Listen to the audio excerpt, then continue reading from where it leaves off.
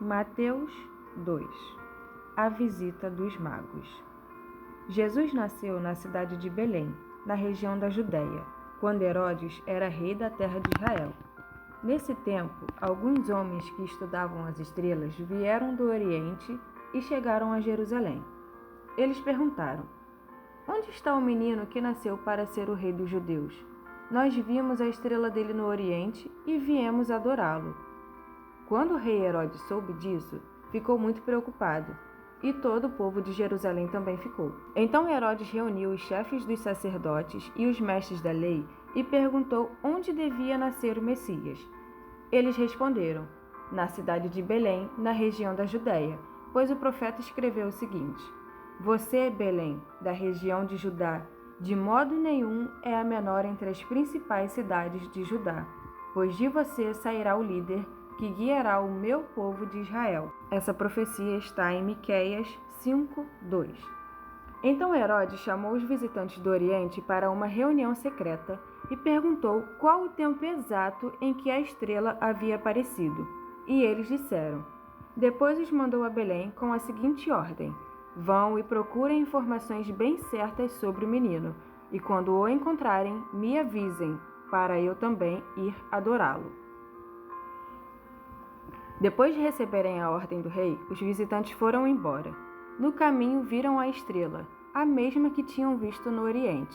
Ela foi adiante deles e parou acima do lugar onde o menino estava. Quando viram a estrela, eles ficaram muito alegres e felizes.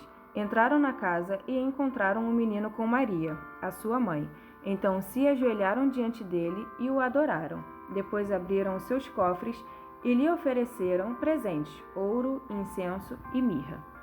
E num sonho, Deus os avisou que não voltassem para falar com Herodes. Por isso voltaram para sua terra por outro caminho. A fuga para o Egito.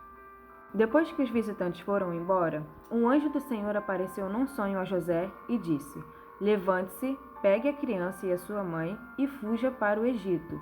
Fiquem lá até o avisar, pois Herodes está procurando a criança para matá-la." Então José se levantou no meio da noite, pegou a criança e a sua mãe e fugiu para o Egito.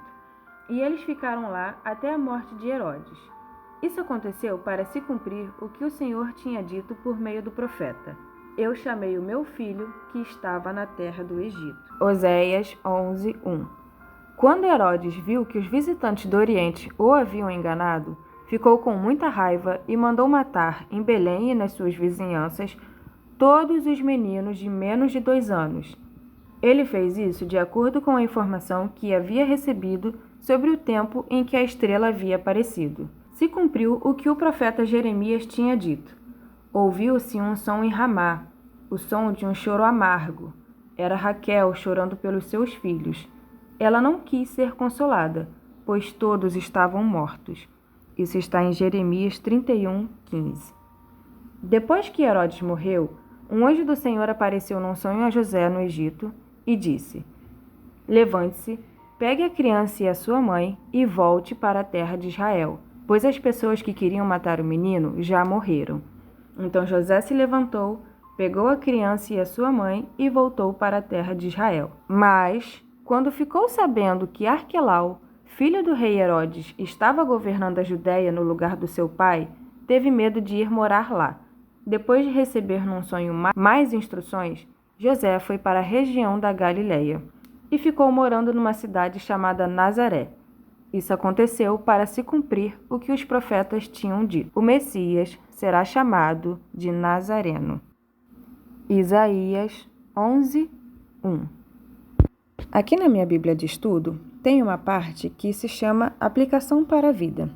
E nela diz assim: Satanás está sempre empenhado em destruir as coisas já no seu início, motivo pelo qual ele plantou na mente de Herodes o pensamento de ordenar que toda criança do gênero masculino de 2 anos para baixo fosse morta em Belém.